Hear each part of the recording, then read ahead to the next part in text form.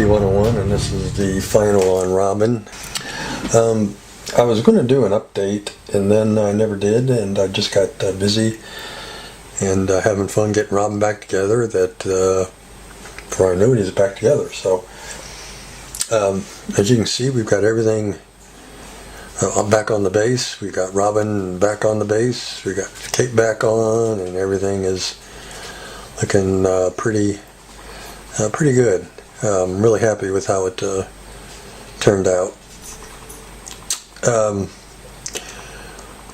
I guess we'll start with the base and work our way up. We'll do it that way. This is all craft acrylics, enamels, use Vallejo, Army Painter, testers, a little bit of everything on a Robin. Minwax. So, but we've got this one piece of equipment done. I replaced this, I don't know what it was on top of here, what it's supposed to be, but I replaced it with more of a grab handle kind of thing. And this piece of equipment here, I completely replaced the front, put a new piece on, used the old piece as a template, and turned it into the Bat Crime Scanner. And we made new decals for it.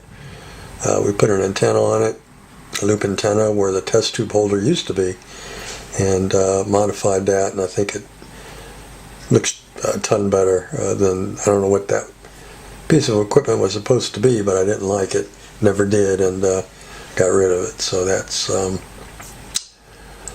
Bat Crime Scanner. This bottle here used to be on top of here, but I've moved it down to the floor.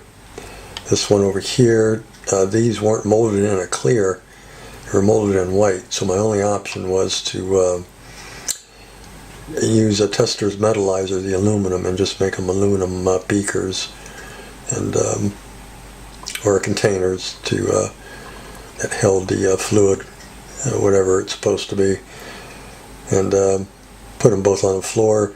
Of course, being we have the antenna here, we got rid of the test tubes altogether. So that is that. Moving on up to the control panel. These are a combination of decals and just photo paper put on with white glue. I used a logo here on the bottom. It says Gotham Steel. Originally this kit had some kind of funky graph, some kind of sine wave graph kind of thing here, and I just got rid of it because I never liked it, and I just used a logo, Gotham Steel, for the maker of the control panel, and I think it looks a ton better. These are also on photo paper.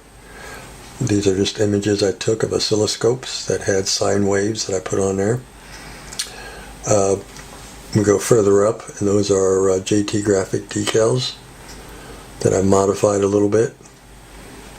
The gauges up here to the right, I changed it to where it says volts and amps, and then the start and stop is the JT Graphic decal, and so is the high voltage, danger high voltage is a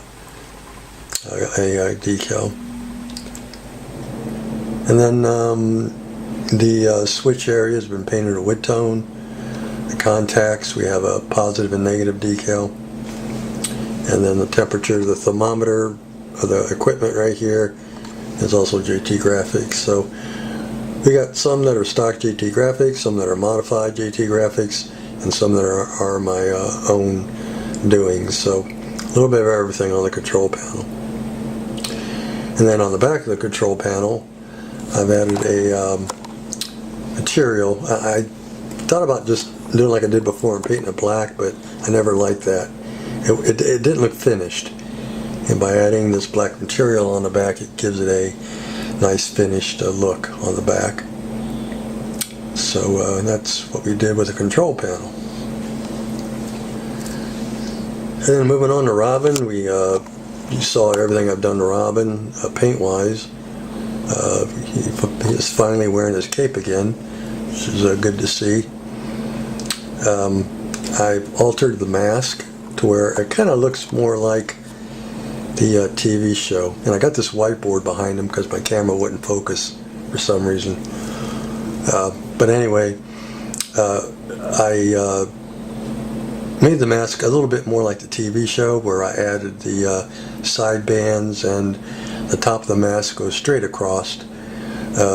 This kit, well, this issue, the Revell reissue, has this mask kind of looking like the mask on The Incredibles, where it's kind of like I don't know, it kind of looked like goggles. And I painted it that way at first, but I really didn't like it that well.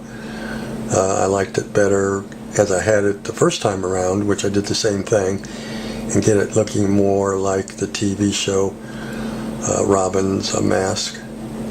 So we've got that altered just by painting it. I didn't do anything special, I just used paint. We've got the eyes put in with Archer decals. I was going to leave the eyes blank like most guys do, but I just wanted my Robin to have eyes. I don't know why, I just think he looks better. And the Robin on his chest. Did the laces and everything, did the belts. That gold buckle is Vallejo gold, Model Air gold. We've added some highlights to his shirt using gray chalk. And we had highlights to his gloves using gray chalk. And yeah, that's the upper half of Robin.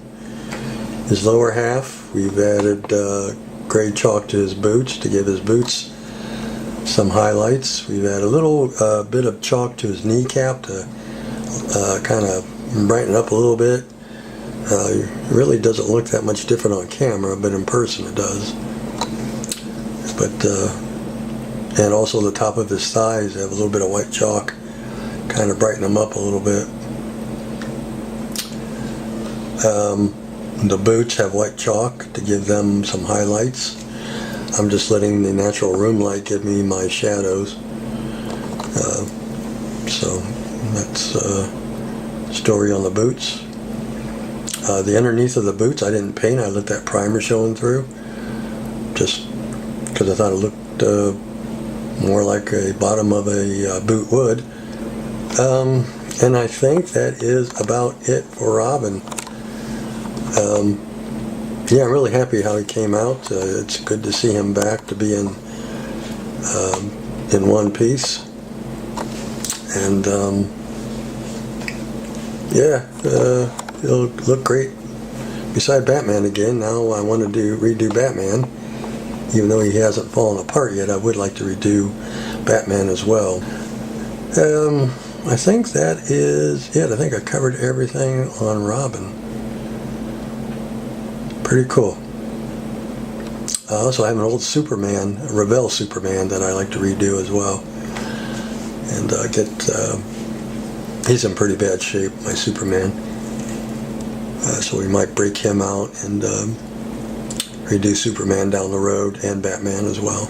So get these guys back in shape after all these years.